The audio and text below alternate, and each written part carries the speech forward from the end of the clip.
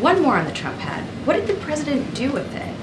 Did he keep it? I have no idea. Is he like saving it for a Christmas present for his least favorite staffer or something? Oh, wow. I'm Well, you've thought about that one.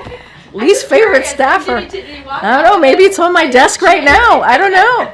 Okay. On a heavier note, about the economy, there's a new analysis by the Republicans who are on the Congressional Joint Economic Committee. They looked at 7 battleground states, and according to their analysis, the average household is paying for the same basket of goods and services on average about $1,000 more per month compared to January of 2021. And the numbers are pretty stark in places like Nevada and Arizona. It's almost $1,200 a month. Georgia, it's $1,075 a month. North Carolina, $1,017. Has President Biden's policies positioned the vice president poorly in these states to win this election? So I'm not going to get into the election. I'm not going to get into her path to victory and what it does for it's just not something that I'm going to speak to from here. What I can speak to is where we are now. Core inflation has gone down. That is important to note because of the work that they've been able to do. You see gas prices going down almost 50%. That's important. You see wages are rising faster than prices are. Nearly 16 million jobs created. And what I will say, so we have done the work to see progress in fighting inflation and lowering costs.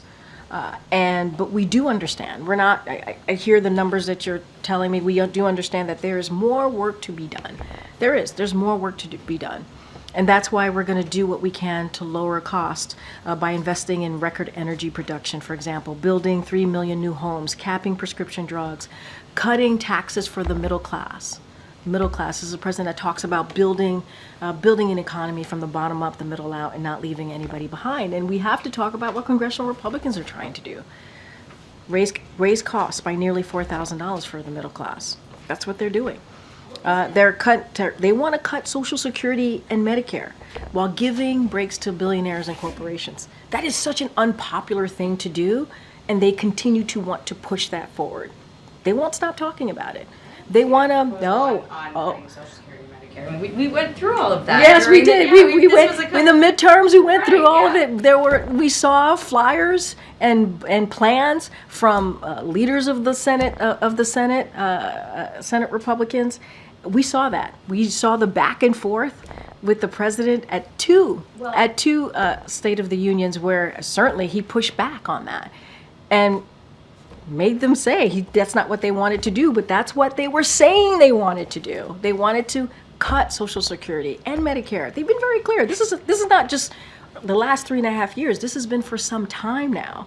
And they want to get rid of the Inflation Reduction Act that none of them, by the way, voted for, that beats Big Pharma. They want to get rid of that. That's going to lower cost for Americans. We're talking about important drugs, cancer drugs, diabetes. We're talking about capping insulin at $35 a month for seniors that pay more than $400 a month. You had Landgrainer say that we've turned the page on inflation, but American families aren't feeling that to the point where the vice president didn't even directly answer the question in the debate.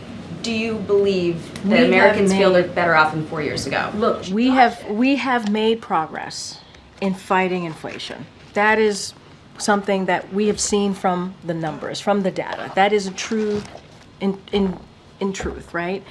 I believe that the VP highlighted on how we are better off, on how off now, as well as her plans to build on that progress.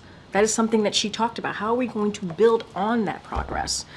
And you know, I said this moments ago. We can't forget what this administration inherited. An economy that was in a tailspin. That's what we inherited. It was paralyzed because the former president did nothing during one of the once-in-a-century pandemic. He did nothing. Donald Trump did nothing. We took action and now our economy is stronger than ever. We're out competing China. That's something that we did. Let's not forget when we took over, violent crime we saw violent crime, murder at its highest in the former president's last year. And now it's at a 50-year low because of the work that we did. And it started with the American Rescue Plan. Again, no Republicans voted for it.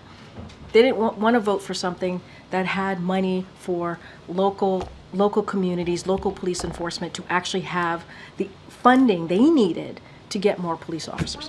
They didn't vote it. President just say yes to that question. You're going to have to speak directly to her team. What I saw is she laid out how to build on the progress that we've made. That's what we saw. That's what she's talking about. That's what she talks about. Building on the progress that we have made. We had to fix what the Trump administration did.